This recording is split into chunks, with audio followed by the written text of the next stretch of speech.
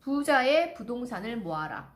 나는 효율성을 아주 중요하게 생각한다. 나의 경험상 작은 부동산 하나를 처리할 때와 더 큰 규모의 부동산 하나를 처리할 때 들어가는 그 에너지의 소모는 크게 차이가 나지 않는다.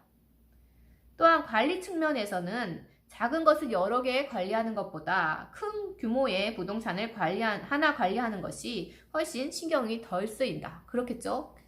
개수가 많을수록 신경은 훨씬 더 많이 쓰이겠죠.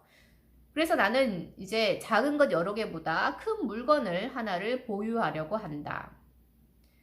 제자들에게도 보유하면서 신경이 덜 쓰이는 부동산이 진정한 부동산이다 라고 말을 자주 한다. 그래서 주거형 부동산보다 상가와 같은 수익형 부동산이 부자의 부동산에 해당한다.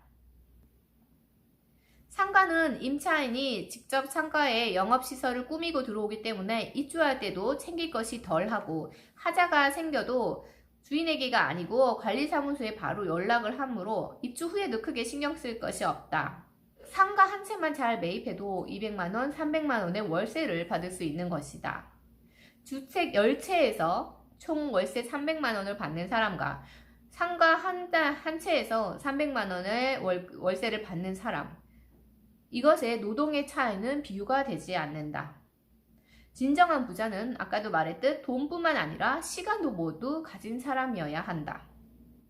만약 월세가 300만원 이상 나오는 상가를 매입하면 마치 직업 하나를 더 사는 것 같기도 했다.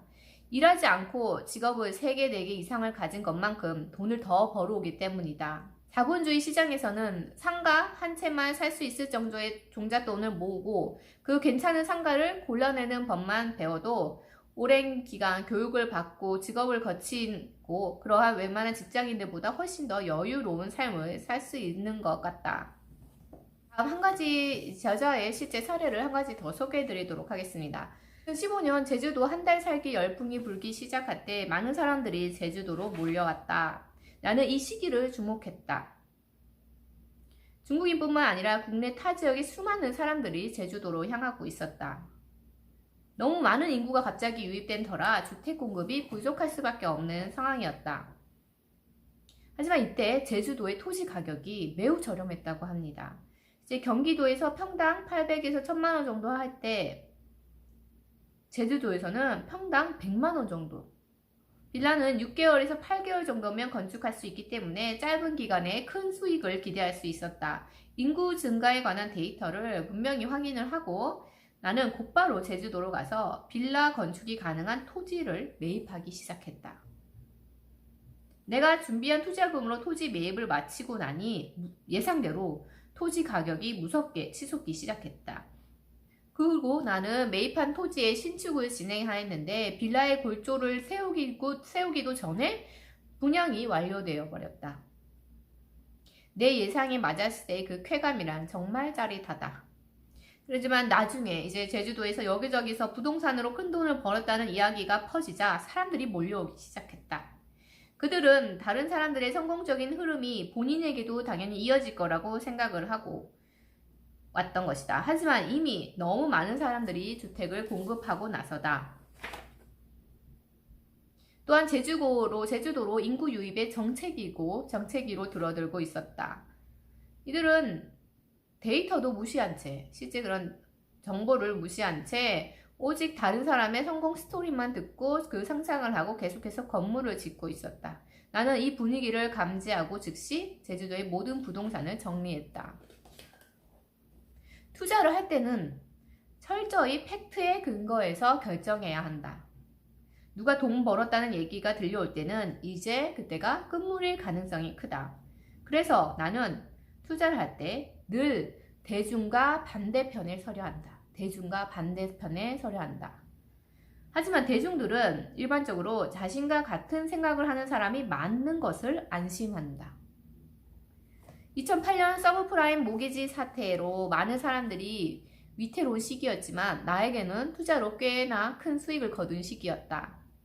당시에는 아무도 투자에 관심을 갖고 있지 않았다.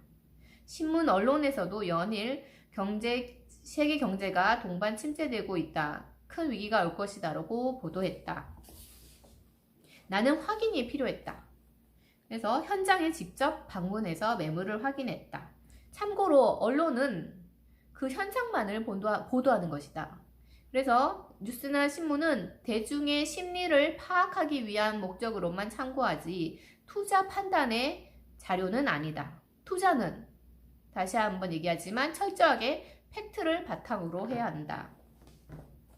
먼저 실제로 상가와 오피스텔에 대한 시세를 확인을 해보니 크게 변동이 없었고 대출 실행도 무난하게 가능했다. 일부 몇몇 사람들이 폭락에 대한 두려움으로 급하게 매물을 내놓은 물건이 한두 건 거래되었다. 그런데 언론에서는 그 한두 건을 보고 마치 부동산 가격이 폭락한 것처럼 보도를 했던 것이다. 이렇게 현장에 나가서 팩트를 체크하면 근거 없는 소문에 의한 두려움을 이겨낼 수 있다. 나는 그때 저렴하게 나온 오피스텔 상가를 사들이기 시작했다. 이럴 때는 가장 괜찮은 지역의 매물부터 확인해 보는 것이 방법이다. 나는 당장 분당으로 달려갔다. 그런데 언론에서 그렇게 나오는 것과 달리 시장에는 매물이 나와 있지도 않았다. 그런 매물이 나와 있지도 않았다. 그 매물은 나오는 대로 바로바로 거래되어 소진되어 없었고 전세 가격도 그대로 유지되고 있었다. 나는 이 사실을 확인하고 경매나 공매로 부동산 매물들을 검색하고 경매를 통해 부동산을 많이 사들였다. 그 후 본래 시세대로 회복하는 것은 1년도 걸리지 않았다고 합니다. 대중의 심리가 하락에 대한 두려움에서 금방 상승에 대한 기대감으로 바뀌었기 때문이다. 급매물은 빠르게 소진되어 버렸고 폭락은커녕 오히려 상승장으로 전환되었다. 나는 이게 바로 자본주의 시장의 모습이구나 라고 새삼 느꼈다. 앞으로도 이런 모습은 반복될 것이다.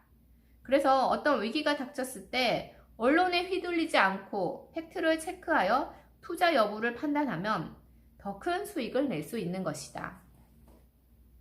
네, 이 책의 맨 앞에 이렇게 저자가 직접 쓰여 있는 글이 참 좋더라고요. 요거 읽어드리고 마치겠습니다.